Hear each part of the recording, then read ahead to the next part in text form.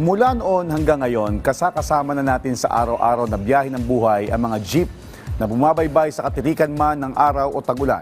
Kasabay din sa biyaheng ito ang pag-usbong ng mga makabago o modernong transportasyon jeepney. Para sa iba pang detalye, panoorin po natin to. Ang jeep ay hindi lang basta pampasaherong sasakyan. Ito ay buhay na sining na gumagala sa kalsada. Simula pa noong 1940s, naging bahagi na ito ng pang-araw-araw na buhay ng masa. Kaya't sa pag-usbong ng modernong electronic jeepney o e-jeep, mapapanatili pa rin ba kaya ang orihinal na itsura ng mga sasakyan na itinuring na hari ng kalsada? Jeep pa rin bang maituturing ang mga pumapasada ngayon na anyong mini version ng bus?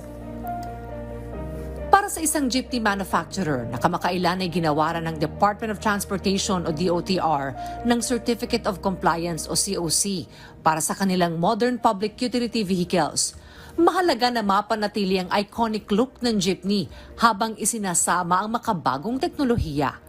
Ibinida nila ang kanilang disenyo ng e-jeepney na pumasa sa pamantayan ng gobyerno pagdating sa safety, security, quality at pagiging environmental friendly. Ma-develop ang ating public transport dahil ito ay history sa pagmamahal ng Pilipino na mga operator, ng driver, ng jeepney sa Pilipinas. Kami, ako, si Manong, hindi papayag na matatalbugan at matatalo ang produktong Pilipino. Kung ikukumpara sa mga pumapasadang e-jeep, mas kahawig ito ng iconic Pinoy jeep. May exit door din ito na mahalaga for emergency. Gumagamit ito ng lithium battery na mas angkop sa mainit na klima ng Pilipinas. Kapag hindi gumagamit ng aircon, kayang tumakbo ng e-jeep ng hanggang 170 kilometers per hour.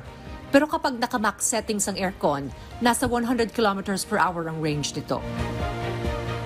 Pagdating sa charging gamit ang fast charger, aabot ng 45 minutes to 1 hour bago ma-full charge. Pero kung sa public charging stations, maaring umabot naman ng 2 oras. Samantala, nagkaroon din ng konsultasyon sa pagitan ng DOTR at mga transport operator. Layunin nitong magbigay ng update sa Jeepney Modernization Program at alamin ang mga concern ng mga tsuper at operator mula sa presyo, disenyo, ruta hanggang sa operasyon. Nandito na yung factory namin at binigay na nga ang compliance, inspection nila at lahat. So, kompleto na. At we are all ready para maging successful itong program nito ng gobyerno. Hindi kami, we will never take advantage unlike yung mga suppliers before.